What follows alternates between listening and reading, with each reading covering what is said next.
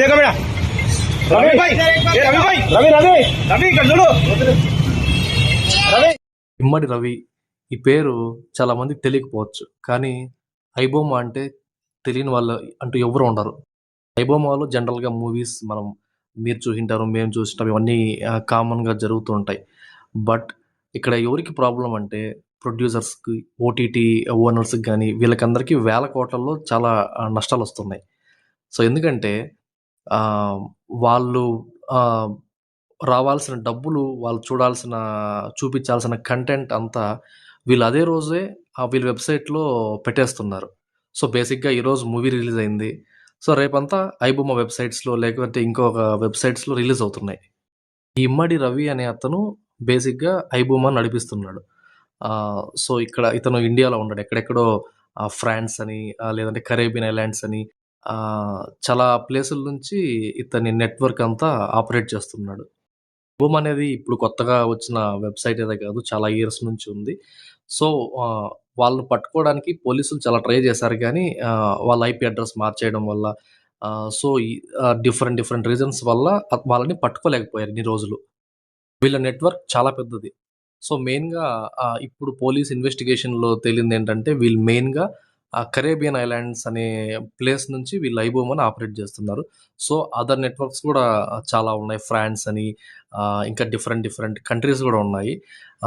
All over ఇండియాలో కూడా వీళ్ళ మెంబర్స్ యాక్టివ్గా ఉండి మూవీ షూట్ చేసి సో పలానా వీళ్ళకి వాళ్ళకి సంబంధించిన వాళ్ళకి సెండ్ చేస్తూ ఉంటారు. ఈ police investigations, other reasons pressure వల్ల ఐబొమ్మ అనే వెబ్సైట్ని బప్పం అనే వెబ్సైట్గా మార్చేశారు వీళ్ళు. ఫ్రాన్స్ నుంచి వచ్చిన రవిని హైదరాబాద్ పోలీసులు అరెస్ట్ చేశారు. సో ఫర్దర్ ఇన్వెస్టిగేషన్ జరుగుతోంది.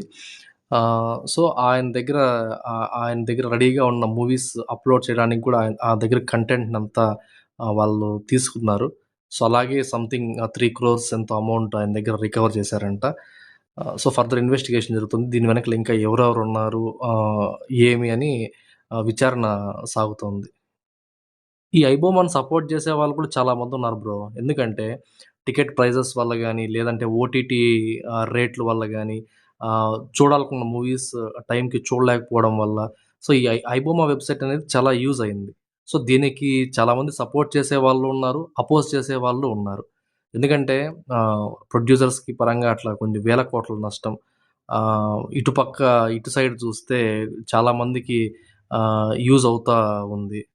పోలీసుల పాయింట్ ఆఫ్ వ్యూ ఏంటంటే ఇలా ఫ్రీగా వెబ్సైట్స్లో మూవీస్ చూడడం వల్ల మన డేటా లీక్ అవ్వడం అనేది ఎక్కువ జరుగుతుంది.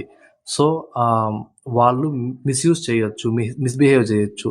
సో ఈ వెబ్సైట్స్లో మూవీస్ చూడడం మానేసేయండి అని పోలీసులు వాళ్ళ పాయింట్ ఆఫ్ వ్యూలో వాళ్ళు చెప్తున్నారు. సో ఐబొమ్మ వెబ్సైట్ గురించి లేదంటే రిమైనింగ్ వెబ్సైట్స్ గురించి మీరేమనుకుంటున్నారో కమెంట్ చేయండి. అలాగే సబ్స్క్రైబ్ చేసుకోండి.